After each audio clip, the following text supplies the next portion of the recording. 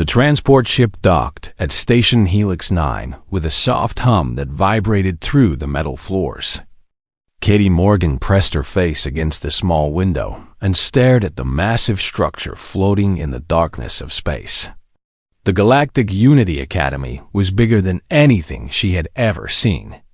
It was a city made of glass and steel, spinning slowly against a backdrop of distant stars. Lights blinked from thousands of windows. Ships moved in and out like tiny insects around a hive. Katie was 17 years old. She had brown hair that she kept tied back in a simple ponytail. Her clothes were plain and worn from years of use. In her hand, she carried a single backpack that contained everything she owned. She did not look like someone who belonged at the most famous school in the galaxy, but she had earned her place. Her test scores had confused the admission committee for weeks. They had checked her results 3 times because they could not believe a human had performed so well. Humans were still new to space travel. Most aliens considered them primitive and unimportant. They were not supposed to be smart enough to compete with species that had traveled between stars for thousands of years. Katie stepped off the transport and into the arrival hall. The ceiling was so high she could barely see the top. Aliens of every shape and size moved through the space. Some walked on 2 legs like her. Others had 4 legs or 6 legs or no legs at all. Some floated. Some crawled. The sounds of 100 different languages filled the air. She felt very small. A holographic sign directed new students toward the registration area. Katie followed the glowing arrows through the crowd. She kept her eyes forward and tried not to stare at the strange creatures around her. She did not want to seem rude or ignorant. The registration officer was a Volcorian. He stood nearly 8 feet tall with pale blue skin and 4 arms. His face showed no expression as Katie approached the counter. "Name," he said in a flat voice. "Katie Morgan." The Volcorian looked at his screen, then looked at her. His eyes moved up and down, studying her small frame. Something that might have been amusement flickered across his face. "Human," he said. "First one." Katie nodded. "Yes." He handed her a data chip and a keycard. "Dormitory level 7. Room 42. Classes begin tomorrow. Do not be late." She took the items and walked away. She could feel his eyes on her back. She knew what he was thinking. Everyone was thinking the same thing. What was a human doing here? How long would she last before she gave up and went home? The dormitory was a long walk from the registration area. Katie passed through corridors made of smooth white material that seemed to glow from within. Other students moved past her in groups, talking and laughing in languages she did not understand. None of them looked at her.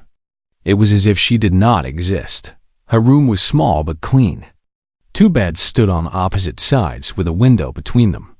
One bed was already occupied by a pile of belongings that Katie did not recognize. Her roommate had arrived before her. Katie placed her backpack on the empty bed and sat down. She looked out the window at the stars and took a deep breath. She was really here. She had made it. Whatever happened next, nobody could take that away from her. The door opened and her roommate walked in. The alien was a Valkorian female named Sin. She was tall like all her kind, with the same blue skin and 4 arms. But her eyes were kinder than the registration officer. She looked at Katie with curiosity rather than contempt. "You are the human," Sin said. "Yes, my name is Katie." Sin tilted her head. "I have never met a human before. You are smaller than I expected." Katie smiled. "We get that a lot." They did not talk much that first night.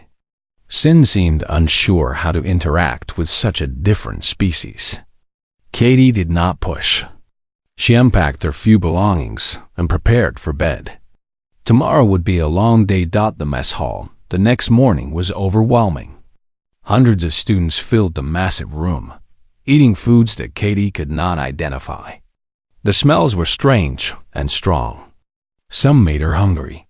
Others made her feel sick. She collected a tray of what the food dispenser identified as safe for human consumption. It looked like gray paste with small green lumps. It tasted like nothing at all.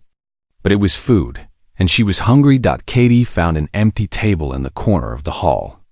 She sat alone and ate in silence. Around her, the noise of the crowd continued. Nobody came to join her.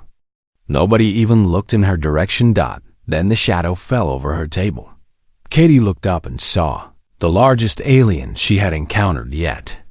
He was a Corvani, a reptilian species with dark green scales and burning amber eyes. His body was covered in muscle.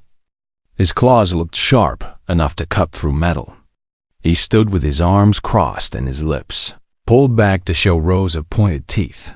Behind him stood 3 other aliens who watched with eager expressions. They were waiting for something to happen. "You are in my seat," the Corvani said. Katie looked around the empty table. There were 6 other chairs, all unoccupied. She looked back at the alien. "There are other chairs," she said quietly. The Corvani moved fast. His clawed hand swept across the table and knocked her food tray to the floor. Gray paste and green lumps splattered across the polished surface. The sound made the nearby students turn and look. "Humans should eat on the floor," the Corvani said loudly. "That is where vermin belong." The hall grew quiet. Everyone was watching now. Katie could feel hundreds of eyes on her. She looked at the mess on the floor, then up at the massive alien standing over her. His name was Threk. She would learn that later. She would learn many things about him in the days to come. She would learn about his wealthy family and his powerful connections. She would learn about his hatred for species he considered weak. She would learn about all the other students he had tormented before her. But in that moment, she knew only one thing. She was alone, surrounded by strangers, facing an enemy who was bigger and stronger and meaner than her. Katie stood up slowly. She did not say a word. She bent down and began cleaning the mess from the floor with napkins from her tray. She gathered the scattered food and placed it back on the tray. Then she picked up the tray, turned, and walked away. Behind her, Threk laughed. His followers laughed with him. The sound echoed through the mess hall. The other students shook their heads and returned to their meals. Just as they expected. Humans were weak. This one would not last long. Katie kept walking. Her face showed nothing, but inside, something was beginning. Something patient and quiet and very, very determined. She would remember this moment. She would remember everything. The days that followed were difficult. Threk had found his new target, and he was not going to let her go easily. It started small. A foot stuck out to trip her in the hallway. A shoulder that slammed into her as she walked to class. Whispers that stopped whenever she came near. Katie pretended not to notice. She kept her head down and focused on her studies. But Threk wanted more. He wanted a reaction. He wanted to see her cry or scream or beg for mercy. When she gave him nothing, it only made him angrier. In combat training class, the students practiced fighting techniques under the supervision of a Corvani instructor named Commander Voss. The commander was old and scarred, with one eye missing from some ancient battle. He believed in strength above all else. He believed that the weak deserved to suffer. When it came time to pair up for sparring practice, Threk always chose Katie. The first time, he threw her across the room before she could even raise her hands to defend herself. She hit the wall hard and slid to the floor. Her shoulder burned with pain. Her vision blurred. Commander Voss watched with his one good eye. He said nothing. "Get up," Threk said. "Fight me, human." Katie got up. She raised her hands. Threk hit her again. This happened every class.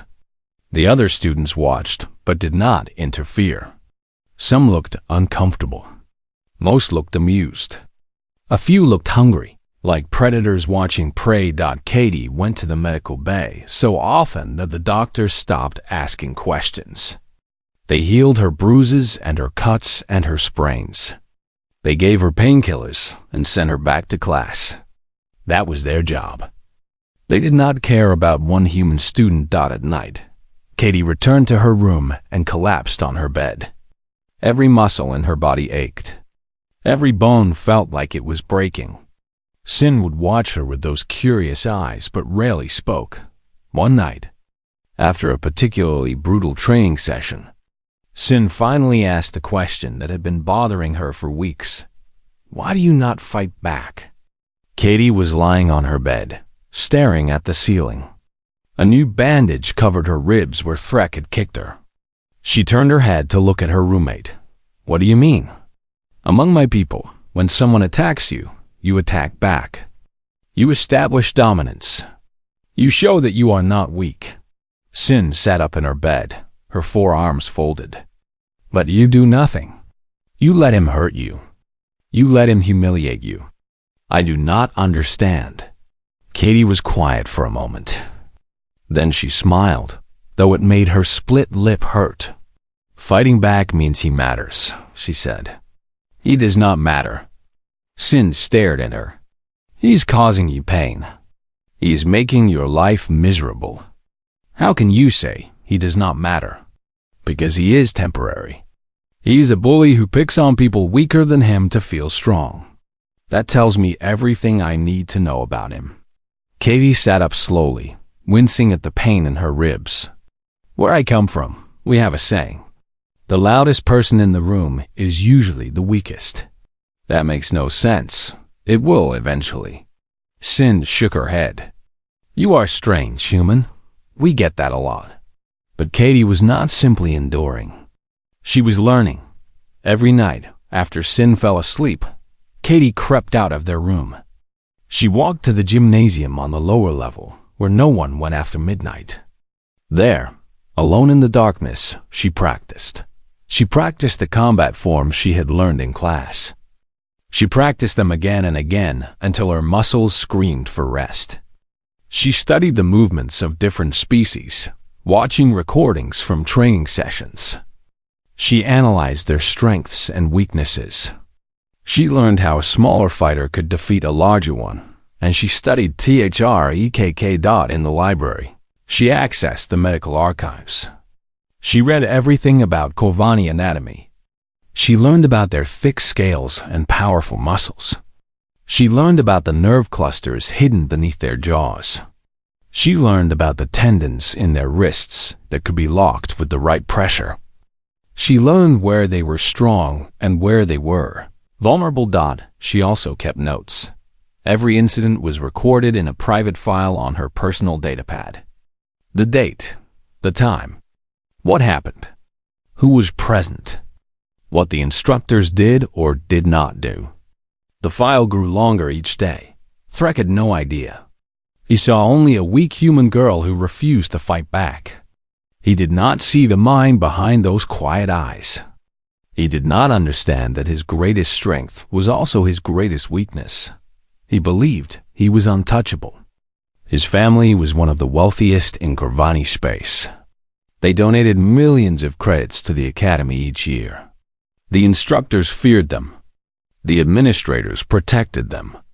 Threk had learned from birth that he could do whatever he wanted without consequences.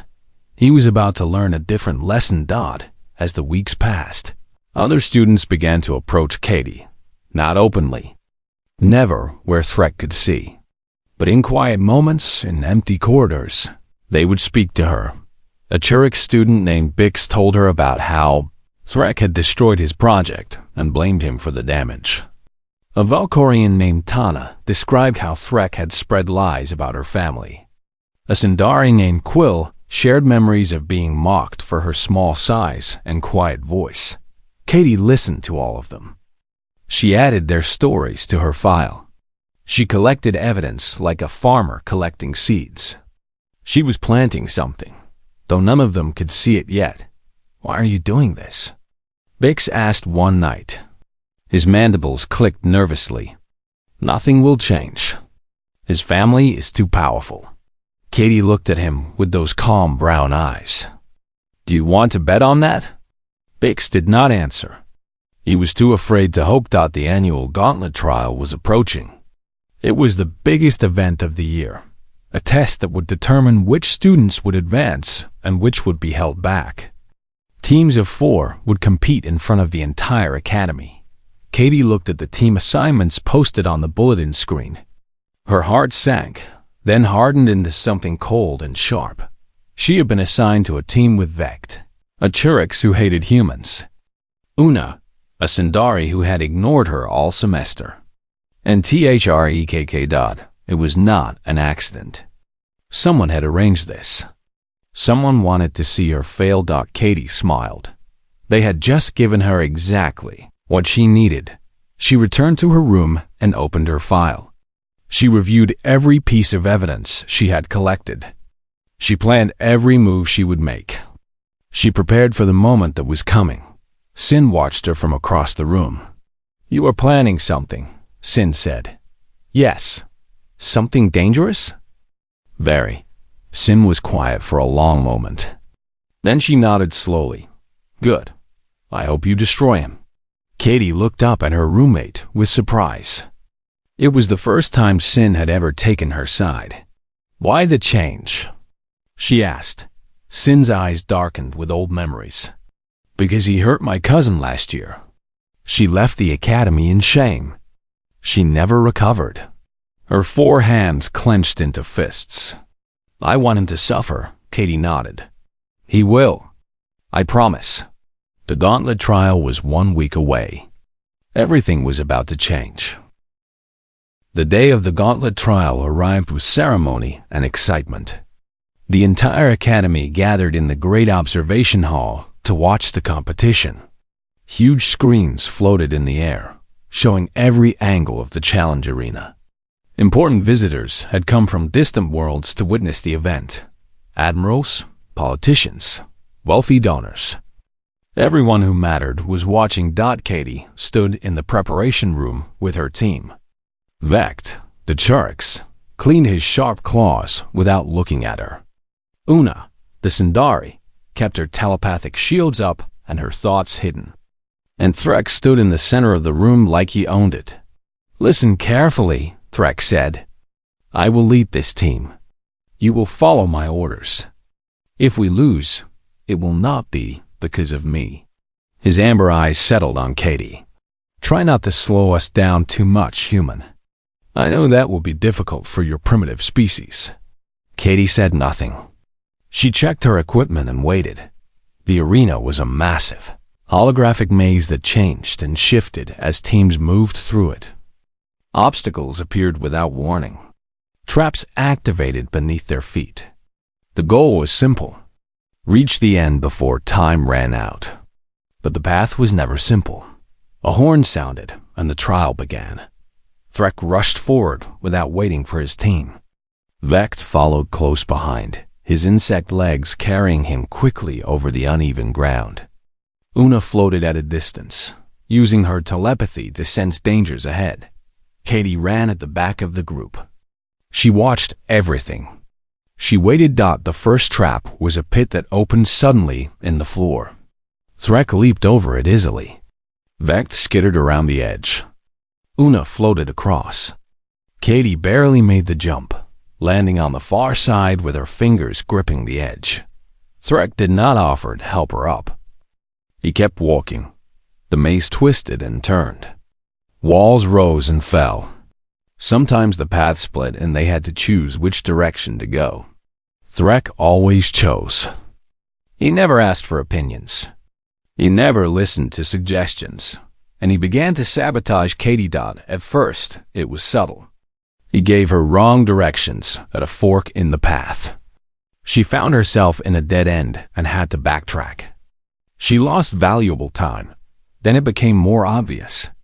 He activated a trap just as she was passing over it. Energy beams shot from the walls, and she barely dodged them. Her sleeve was burned by a near miss. The audience watching on the screens could see what was happening. Some laughed. Some looked uncomfortable. None of them spoke up. Katie kept going. She did not complain. She did not accuse him. She simply adapted and survived. The final obstacle was a wide chasm that cut across their path.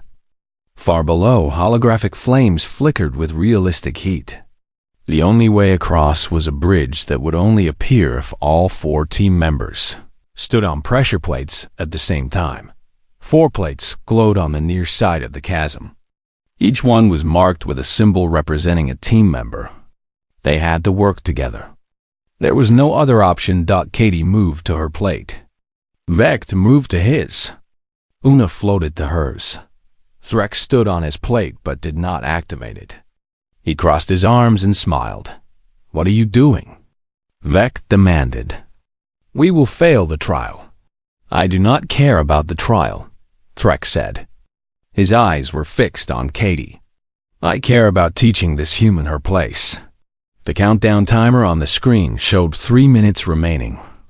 If they did not cross the chasm before time ran out, they would all fail. Their scores would drop. Their futures at the academy would be damaged. Threk did not care. His family would protect him. He had nothing to lose. "Beg," he said to Katie. "Get on your knees and beg me to help you. Do it in front of everyone watching. Show them what humans really are." The great observation hall was silent. Thousands of aliens watched the screens, waiting to see what would happen. Katie could feel the weight of their attention pressing down on her. 2 minutes and 30 seconds remained. Katie looked at the chasm. She looked at the flames below. She looked at the timer counting down. Then she stepped off her pressure plate. "What are you doing?" Una asked with surprise. Katie did not answer. She walked slowly toward Threk. Her footsteps echoed in the sudden silence of the arena. Threk's smile grew wider. "Coming to beg? Good. That is where you belong." Katie stopped in front of him. She was half his size. Her head barely reached his chest. His claws could tear through metal. His scales could deflect blades. He was everything she was not. She looked up into his burning amber eyes. "No." The smile faded from Threk's face. "What did you say?" "I said no." Katie's voice was calm and steady. It carried across the arena and through the speakers to the observation hall. Everyone heard it. "I will not beg. I will not kneel. I will not give you what you want." Threk's eyes narrowed. His claws extended. "Then I will make you." He lunged at her with the speed of a predator. His clawed hand reached for her throat. In his mind, this would be easy. She was small. She was weak. She was human. He was wrong. Katie did not retreat. She moved forward into his attack, sliding under his reaching arm. Her body twisted with a grace that surprised everyone watching. She was inside his guard before he could react. Her elbow drove upward into the soft spot beneath his jaw. It was a nerve cluster she had studied for weeks. The impact sent a shock through his nervous system. His right arm went numb and dropped to his side. Before he could recover, she swept his legs with a low kick. The timing was perfect. His balance was already shifted from his lunge. He fell backward with a crash that shook the arena floor. Katie did not stop. She followed him down, grabbing his remaining functional arm and twisting it behind his back. Her knee pressed into his spine. Her fingers found the tendons in his wrist and applied pressure to the exact points that would lock the joint in place. Threk tried to rise. He could not. He tried to throw her off. He could not. He thrashed and roared with rage and pain. But she held him down with technique that turned his own strength against him. The massive Kovani who had terrorized the academy lay helpless beneath a human girl half his size. 1 minute remained. On the timer, the observation hall erupted in noise. Aliens shouted in shock and confusion. Some cheered. Some demanded explanations. The screen showed the scene from every angle, replaying the takedown again and again and again. Katie held Threk down and waited. The moment she had been planning for weeks had finally arrived, but she was not finished yet, not even close. Threk struggled beneath her like a trapped animal. His scales scraped against the floor. His tail whipped back and forth, trying to knock her off balance. His roars of fury echoed through the arena and out through the speakers to the watching crowd. But Katie held firm. Every movement he made only tightened her grip. Every attempt to escape caused him more pain. She had practiced this hold hundreds of times in the empty gymnasium at midnight. She knew exactly how much pressure to apply and exactly where to apply it. "Let me go," Threk snarled. Spit flew from his mouth. His amber eyes burned with hatred and humiliation. "When I get free, I will kill you. I will tear you apart." Katie did not respond to his threats. Instead, she spoke in a calm and clear voice that carried across the arena. "I have endured your cruelty for 47 days. The crowd in the observation hall fell silent. Everyone was listening now. I documented every incident, every attack, every humiliation. Katie's voice remained steady. I recorded the dates and the times. I noted the witnesses who were present. I kept track of every instructor who saw what you did and chose to look away." Threk stopped struggling. Something in her tone made him listen. Katie released one hand from his arm and reached into her uniform pocket. She pulled out a small data chip and held it up so the cameras could see it clearly. "This chip contains evidence of systematic harassment, not just against me, but against every student you have tormented during your time at this academy." The screens in the observation hall zoomed in on the chip. The entire galaxy seemed to hold its breath. The Churich students from the worker caste, who you called insects and vermin. The Valkorian scholarship students who you said did not belong among their own kind. The Sindari who you mocked for being too weak to fight back. Katie paused. "I spoke to all of them. I collected their stories.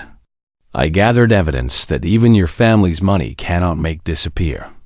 Threk's face twisted with sudden fear.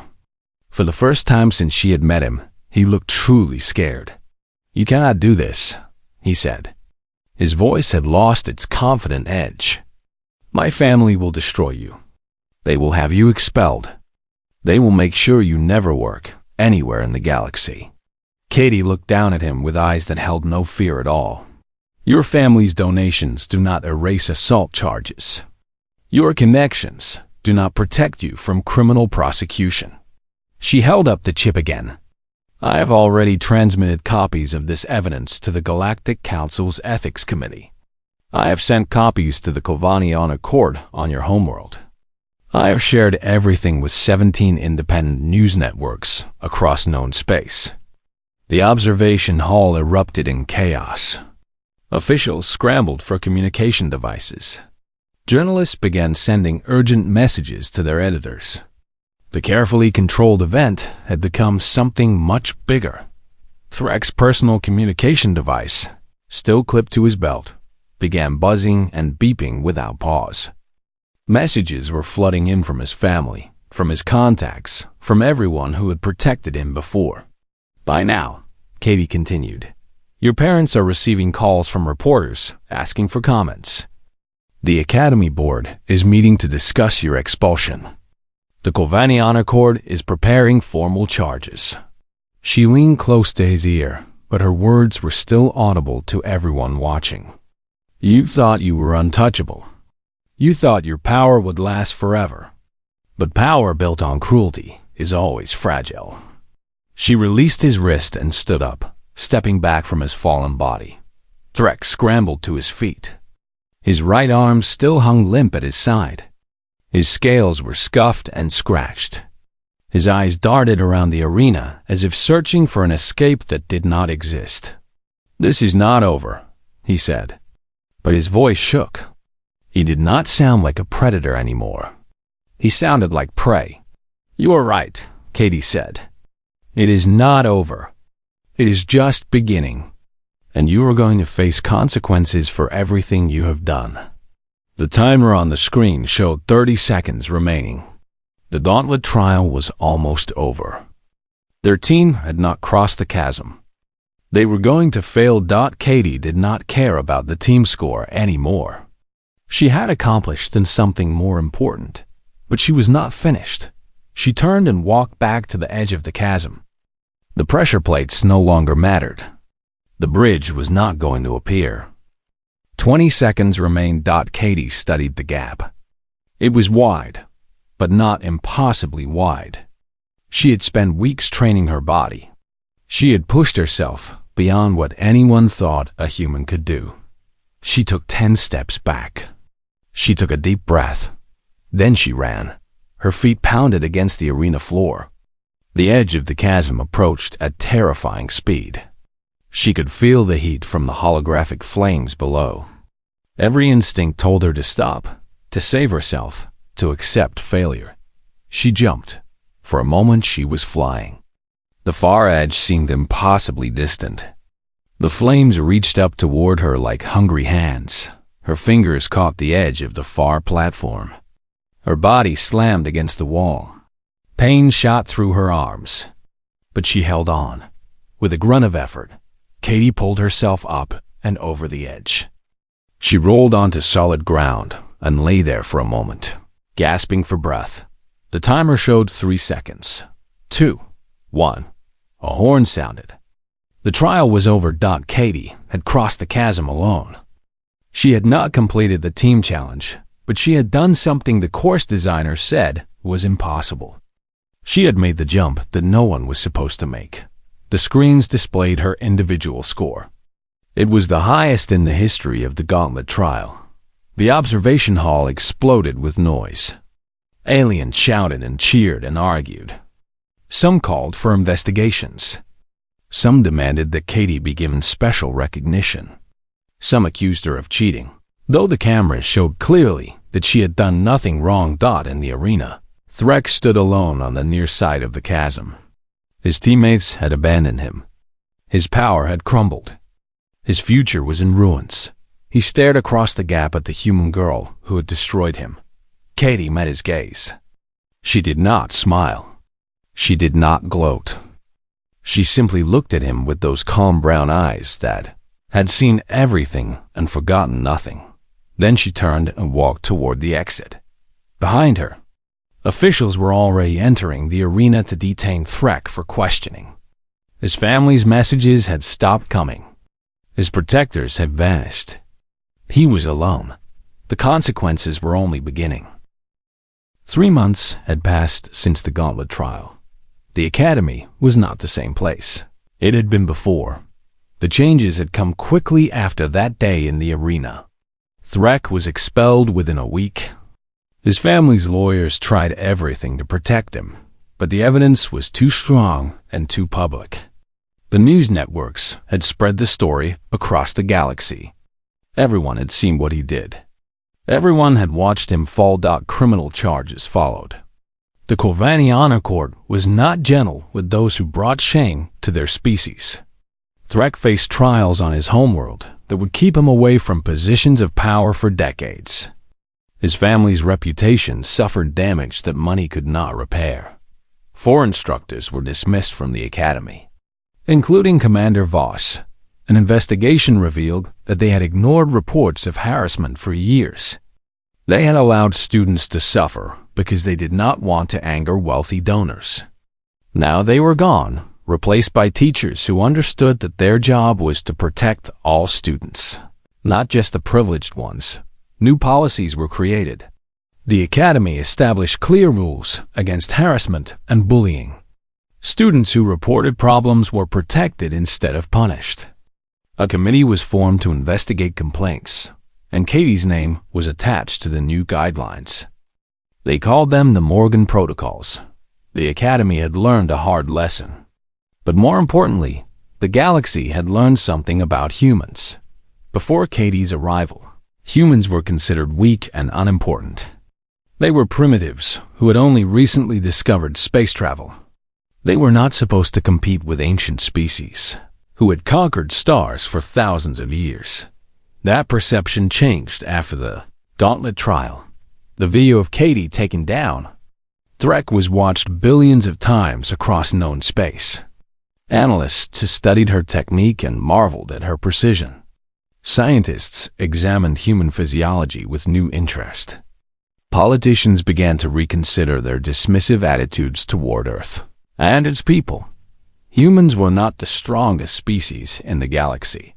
They were not the fastest or the most advanced. But they had something that many older species had forgotten. They had patience. They had determination. They had the ability to endure suffering and turn it into strength. And when pushed too far, they pushed back in ways that no one expected. Katie sat in the mess hall on a warm afternoon. Sunlight streamed through the great windows that looked out on the stars. The tables around her were no longer empty. Students of many species gathered nearby, talking and laughing and sharing meals. Syn then sat beside her, using 2 of her 4 hands to eat while the other 2 gestured as she spoke. They had become close friends in the months since the trial. Syn had helped Katie navigate the attention that followed her everywhere. Katie had helped Syn find the courage to speak up about her cousin's experiences. 3 more humans arrived today, Syn said.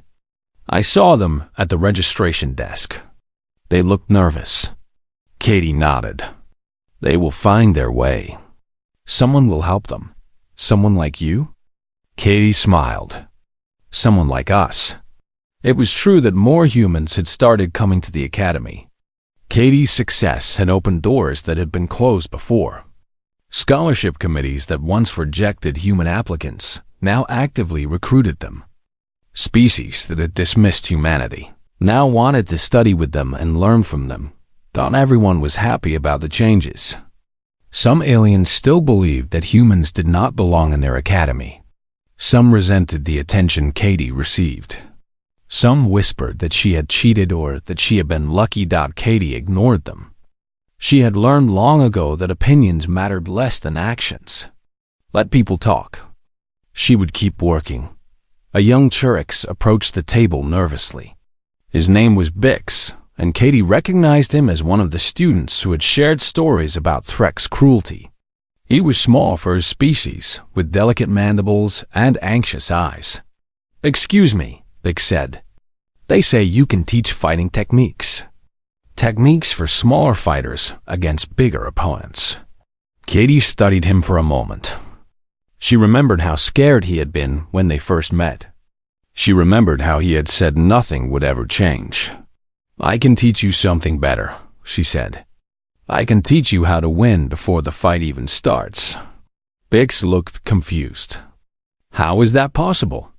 Katie gestured for him to sit. He settled into a chair across from her, his legs folding beneath him. Fighting is not just about strength, Katie explained. It is about information. It is about patience. It is about understanding your opponent better than they understand themselves. She leaned forward. Threk was bigger than me. He was stronger than me. He had every advantage. But he did not know that I was watching him. He did not know that I was learning. He did not know that every time he hurt me, I was getting closer to defeating him. Bix clicked his mandibles thoughtfully. You were planning all along. From the first day. When he knocked my food to the floor, I started taking notes. When he hurt me in combat training, I studied his weaknesses.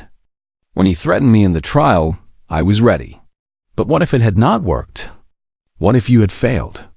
Katie considered the question. Then I would have tried again. And again. And again. Humans are not special because we always win. We are special because we never stop trying. Syn nodded in agreement.